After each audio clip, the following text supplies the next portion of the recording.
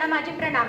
सन्माननीय व्यासपीठावरील मान्यवर आणि या स्पर्धेचे परीक्षण करण्यासाठी आलेले तज्ञ परीक्षकगण तसेच येथे उपस्थित असलेले सर्व विद्यार्थी बंधू आणि भगिनींनो, कैलासवासी बाजीराव पाटील आंतर महाविद्यालयीन वादविवाद स्पर्धा आज येथे संपन्न होत आहे. विषय आहे एक देश एक निवडणूक. लोकसभा आणि विधानसभा यांच्या एकत्रित निवडणुका घेणे योग्य आहे की अयोग्य. मी कोड क्रमांक 3 आपल्या समोर उभी आहे.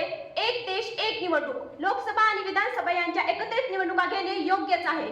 मान्यवरांच्या अनुमतीने या विषयाच्या अनुकूल बाजूने विचार मांडते. मान्यवर, मन तर माझेही कर्तव्य विपक्षात उभे राहून संमोहित करून देणाऱ्या शब्द जाळ्याने बोलण्याचा, परंतु देशाची परिस्थिती डोळ्यासमोर आणली तर एक देश एक निवडणूक हे एक ऐतिहासिक आणि लोकतांत्रिक पाऊल असेल.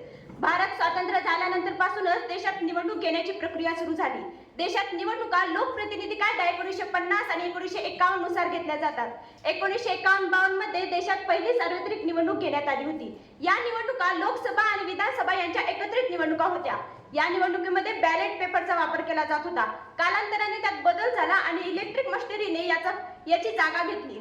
हे बदल वेळेनुरूप झाले आहे. असं नाही की परिवर्तनाचा मुद्दा एकदाच उठला आहे. असं नाही की देशात एक सोबत निवडणुका झाल्याच नाही.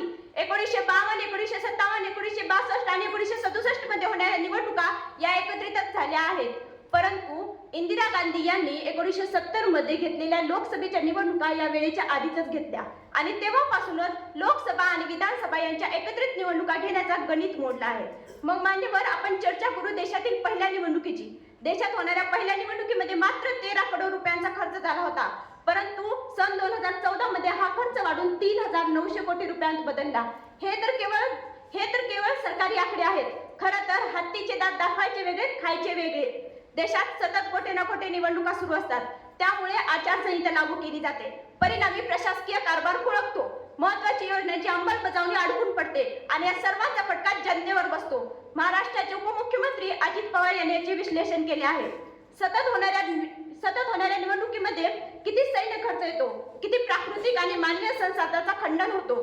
तसेच शाळेत शिकवणारे शिक्षक हे मुलांना शिकवण्याऐवजी निवडणुकीच्या कामात व्यस्त असतात.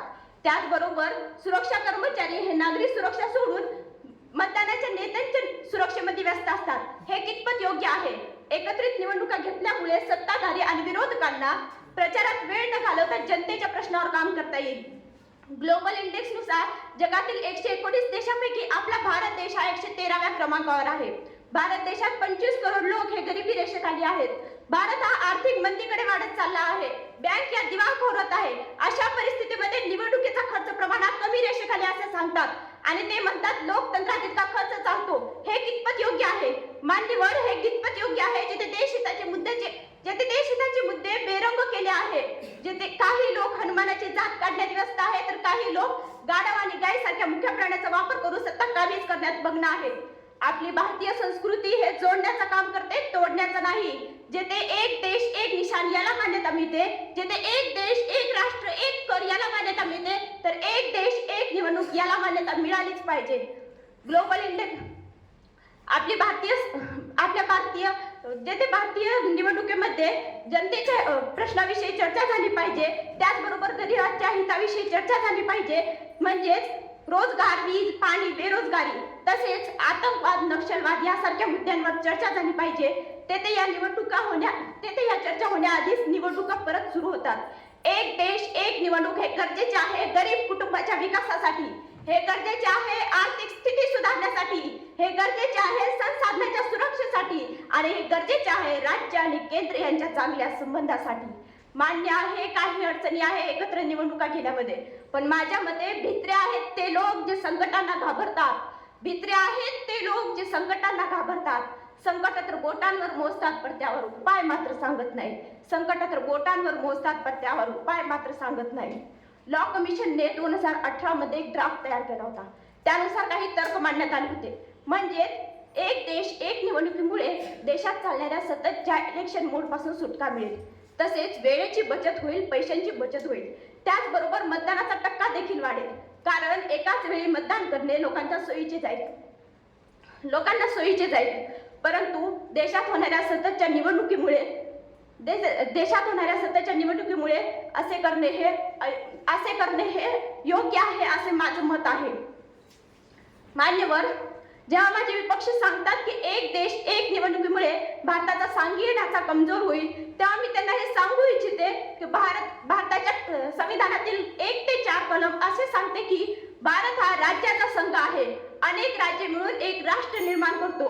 वेगवेगळ्या निवडणुका घेऊन तुम्ही या समाजाला वेगवेगळ्या जमातीमध्ये विभागू नका. एक देश एक निवडणूक हा एक देश एक निवडणूक यामुळे एक देश एक निवडणूक हा एक लांबचा प्रवास आहे. तुम्ही त्याला वेगवेगळ्या गटांमध्ये वाटू नका. मान्य आहे, परिवर्तन करणे थोडे कठीण आहे, परंतु धैर्य हे रस्ते बघून निश्चित केली जात नाही. धैर्य हे रस्ते बघून निश्चित केली जात नाही. जो रस्ता निवडला आहे त्यावर चलत राहा, धैर्य निश्चितच मिळेल आणि एक देश एक निवडणूक निश्चितच अंमलात येईल. एवढे बोलून मी माझे संभाषण संपवते. धन्यवाद.